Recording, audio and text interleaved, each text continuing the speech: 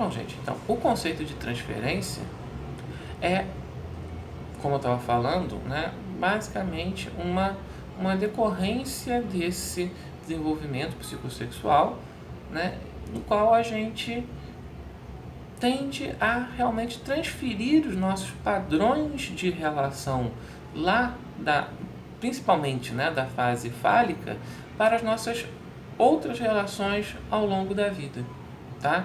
Então a ideia é o seguinte, olha, conforme a gente, né, supera aí o complexo de Édipo ou de Eletra, né, ou de Édipo feminino, né, como Freud preferiria, a gente supera isso, a gente entende as limitações do incesto e tudo mais, mas a gente continua repetindo esses padrões. Foi assim que a gente se desenvolveu, foi assim que a gente cresceu, é isso que a gente conhece, é isso que a gente procura, né? Na visão do Freud. Então a gente tem, né, essa tendência a repetir esses padrões na vida adulta. Um desses momentos que a gente repete esses padrões é na busca realmente de um parceiro, né, para a vida, aí, um parceiro, né, um companheiro, um cônjuge, mas não precisa nem ser uma relação tão séria, né? Mas de qualquer maneira, a ideia é que a gente buscaria inconscientemente esses padrões. Tanto que a gente, né, o senso comum está muito claro isso, né? A gente tem muita dificuldade de olhar isso, mas normalmente nossos amigos têm uma facilidade tremenda de virar para a gente e falar, nossa, mas de novo você está namorando com, né, uma pessoa assim, assado, né? E às vezes até serem mais explícitos mesmo, quando né, o critério não é tão obscuro assim, tipo, nossa, mas já reparou como o seu namorado é igualzinho ao seu pai, ou então como a sua namorada é igualzinho à sua mãe sobre aquele aspecto, né? E a gente tem que dizer, não, que é isso, que bobagem, né? Todo mundo concorda, mas está todo mundo errado, né? A gente sabe que não é, bom, mas de qualquer maneira, como são decisões, vamos dizer assim, inconscientes, né? Tudo bem que a gente negue, realmente a gente não tem consciência disso. Mas para além dessa situação muito específica, né, a gente também transfere, né, esses mesmos padrões para outras relações.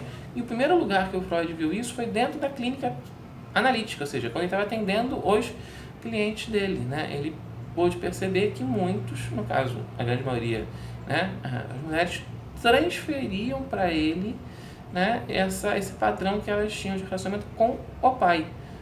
O que, né, pensando, né, se na idade da fase fálica a menina queria seduzir o pai como uma criança faz isso, ou seja, sem nenhum elemento sexual, né, mais digamos assim, adulto, né, agora elas são mulheres adultas, amadurecidas e que estão lidando ali com um homem que não é o pai delas. Então, o que acaba acontecendo, né, o que ele acabou vendo acontecer, foi um certo apaixonamento em alguns casos, né? Então, de certa maneira, né, a transferência muitas vezes acaba se tornando um apaixonamento por essa figura aí do analista, né?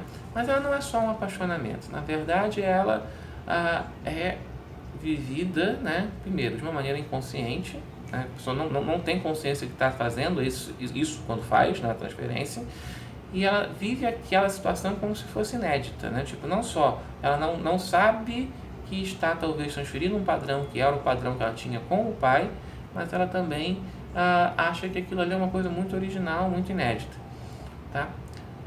Nem sempre isso vira apaixonamento, às vezes isso vira um grande respeito, às vezes isso vira uma admiração muito grande, e na verdade para o Freud é o próprio fenômeno. Ele de início tem uma certa desconfiança desse fenômeno, mas depois ele entende que isso é a própria condição para que o processo analítico possa acontecer.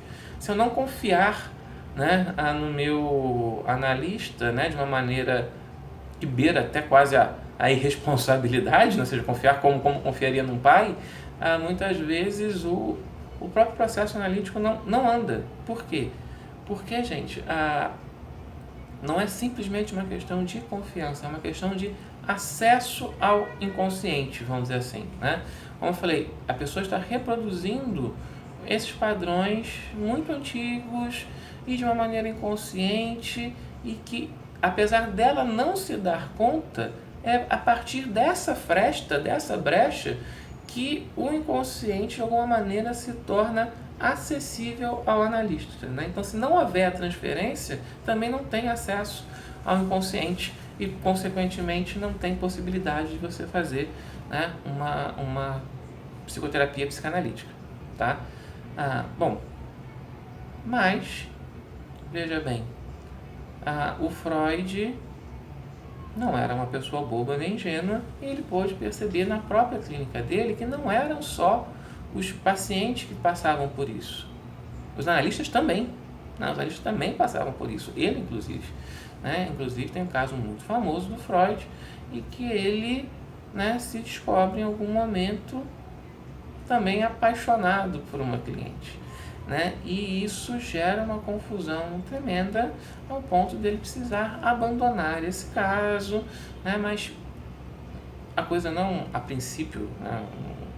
não vou entrar nessa polêmica maior ainda, a princípio a coisa para por aí, né? Tipo, olha, não dá mais para rolar o trabalho porque a relação está meio esquisita. Né? E para esse fenômeno, né, da transferência que o analista faz com relação aos seus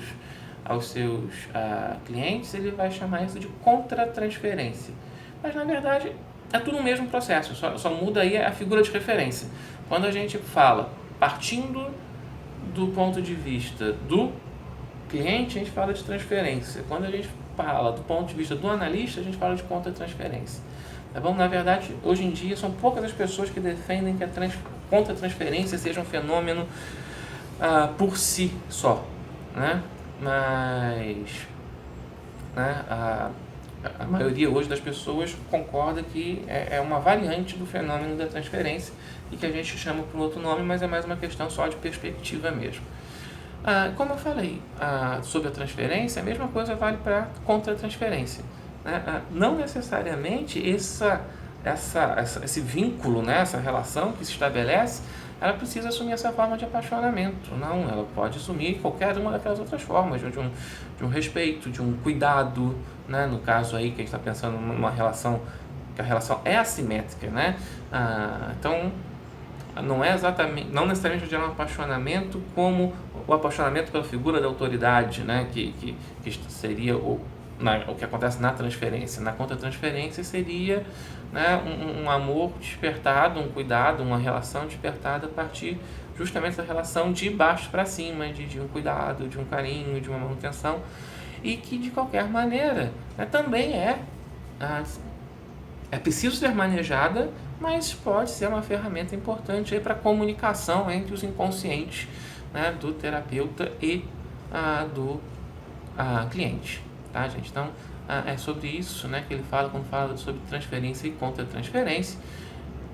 E o que ele diz ainda um pouquinho a mais, e que é especialmente interessante para a gente que está fazendo um curso de pedagogia, é o seguinte: olha, a gente vai ter esse mesmo tipo de fenômeno acontecendo em vários tipos de relações que assumam esse caráter assimétrico. Então, para além do terapeuta, né, cliente, a gente tem isso acontecendo na relação médico-paciente, e a gente tem isso acontecendo na relação professor-aluno, né?